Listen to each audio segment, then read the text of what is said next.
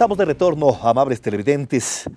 Una de las causas para que la señora ministra de Educación sea llamada a un juicio político en la Asamblea Nacional ha sido por el bachillerato que la UNE y los maestros, aquí está su presidenta, lo han calificado de inconsulto y que no es viable porque no mejora la calidad de la educación.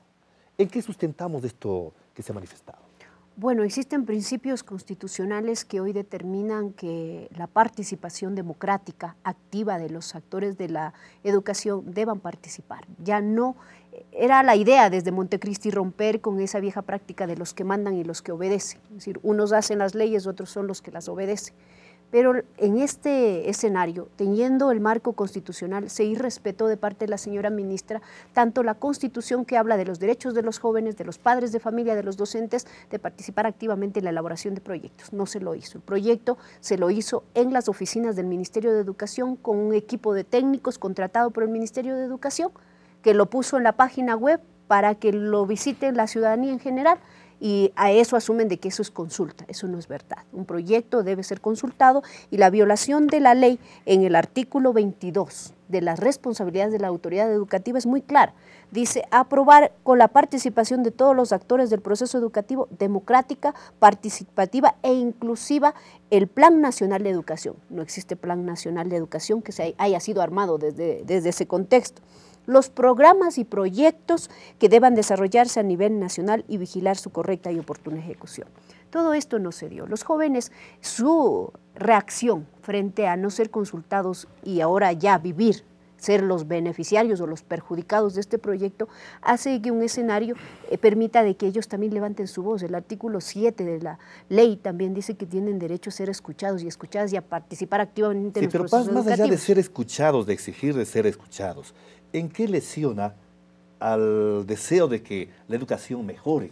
Bueno, ya el análisis pedagógico de lo que significa la propuesta que ha implementado el Ministerio de Educación también lesiona los principios constitucionales. La Constitución dice que los jóvenes, los estudiantes tienen derecho a recibir una formación integral y científica, no una formación general.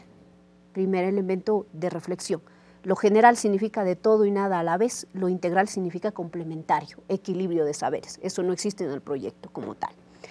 El modelo pedagógico que se implementa tiene que ver con destrezas de criterio de desempeño. La Constitución manda que la formación de los jóvenes, de los estudiantes en el bachillerato deba ser en capacidades y competencias, no en destrezas. También riñe con el espíritu de la Constitución y con la visión psicopedagógica, inclusive avanzada, porque estamos retrocediendo. Las destrezas es lo más básico que se desarrolla en un ser humano. A eso están pretendiendo obligar. Lo otro que ya tiene que ver con la por la aplicación del bachillerato como tal. Ejemplo. Ahora, todo esto pasó por la Asamblea Nacional. Cuando estuve en la Asamblea, ¿tuvieron ustedes estas observaciones que no eran convenientes? Y de ser así, ¿por qué no dieron trámite y se aprobó como está aprobada? Bueno, la ley que está en vigencia definitivamente fue aprobada por la Asamblea Nacional, inclusive sancionada por el colegislador, que es el presidente de la República, está en vigencia, apegada a los mandatos constitucionales. Estoy de acuerdo, la Constitución de la República, hecha en Montecristi, por ecuatorianos, por fin, está, digamos, garantiza, es una Constitución garantista de derechos, y esos derechos obviamente hay que hacerlos efectivos. Eso no está en duda ni tampoco debe estar en debate. Definitivamente estamos de acuerdo que los derechos sagrados de los jóvenes, de los estudiantes, en general del pueblo ecuatoriano, están amparados en la Constitución de la República. Pero la inquietud es ¿por qué no se adoptaron o se tomaron estos criterios que entiendo habrán llegado a la Constitución? Claro, pero el tema del debate o el tema de la Asamblea también para ciertos sectores políticos, digamos, es el mejor escenario para hacer política, o entre paréntesis, politiquería.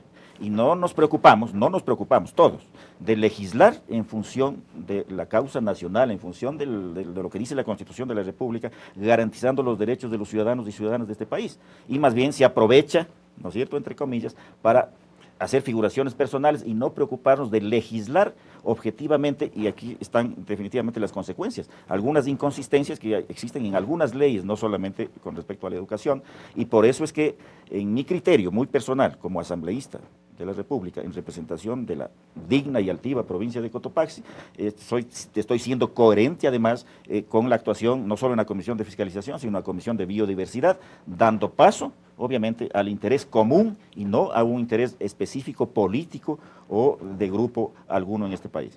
Es decir que el llamado a juicio político sería para que se luzca el proponente o el partido político al que se pertenece el señor Escala. O para que se luzca la señora ministra también y ponga en evidencia su extraordinario trabajo, si así definitivamente se ha podido evidenciar, además a lo largo y ancho del país, ha sido ratificada como ministra por parte del señor presidente de la República y es el mejor escenario y obviamente hemos dado paso para aquello, para que la señora ministra se luzca poniendo en evidencia y obviamente evacuando todas las inquietudes que el país, el magisterio, hay cosas lucidas indudablemente en el ámbito educativo, entre ellas, por ejemplo, la erradicación del analfabetismo, que con el ministro anterior, ahora embajador en Colombia, el ministro Vallejo, se hizo todas las entregas y las fiestas se celebraron con ardor, indicando que Ecuador estaba libre de analfabetismo. Pero sucede que no es cierto,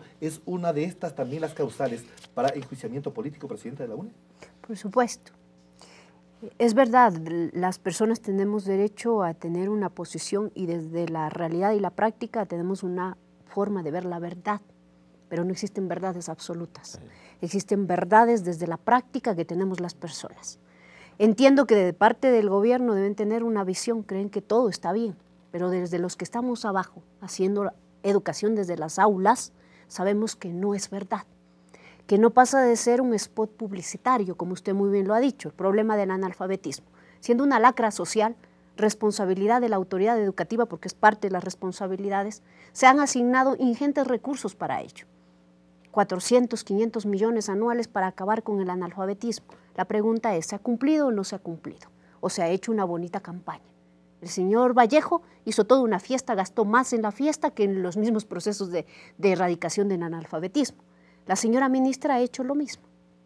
Hasta el momento no se ha erradicado el problema del analfabetismo. Seguimos en el 7.6% de analfabetismo, es decir, no hemos sido coherentes con la inversión y los resultados que hemos obtenido. Ustedes como fiscalización tienen también la obligación de llamar a los funcionarios, a todos en cualquiera de las circunstancias, en esta asamblea, en la que vendrá, en los gobiernos que vendrán. Es obligación de la asamblea fiscalizar. Inclusive son competencias de todos los asambleístas, en este caso de los 124 asambleístas. La ley orgánica de la función legislativa, la Constitución es clarísima, todos los asambleístas tenemos que cumplir además 2 mandatos, que es legislar y fiscalizar. ¿Y por qué no se les ha llamado cuando ya se anuncia que aquí no ha pasado, ya no hay analfabetismo? Es un país libre de analfabetismo. ¿Por qué no se ha llamado si los resultados dicen lo contrario? Bueno, esa es una pregunta para todos los asambleístas. Para todos los asambleístas. En lo que inclusive para la Comisión de Fiscalización.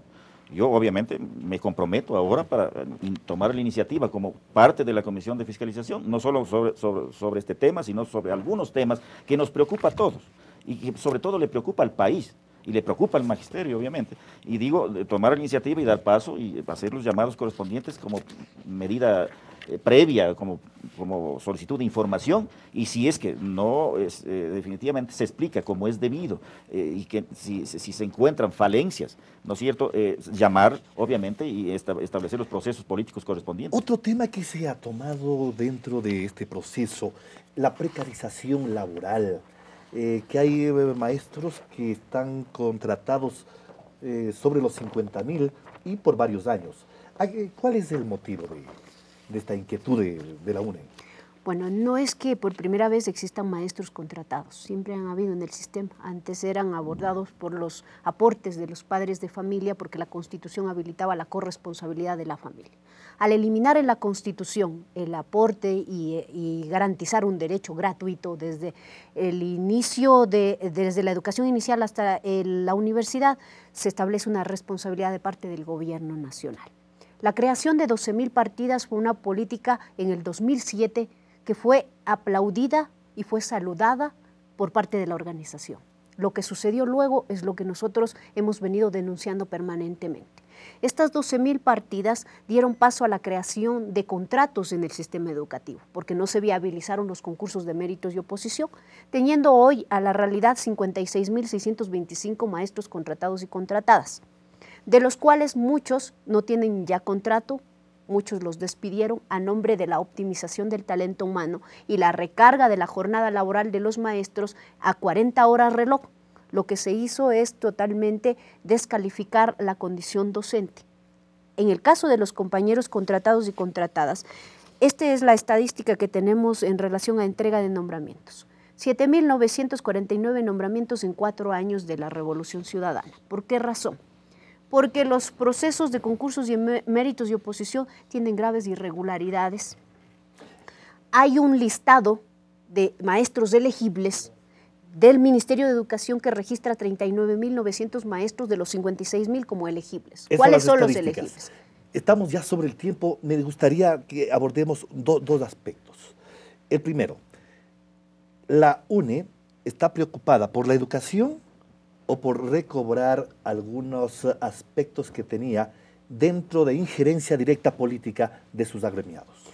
Créame, Carlitos, que este es el mejor escenario que ha tenido la UNE, porque es la expresión de lo que como principio hemos defendido durante 67 años, que no nos lo ha dado este gobierno. La defensa de la educación pública, la defensa de la educación pública, gratuita, de calidad, laica para todos y todas, significa un proceso en el que se debe entender que el problema del ministro, de la ministra, cualquiera sea... ¿Qué gana la educación con la destitución de la ministra? Yo creo que romper con un problema de incapacidad.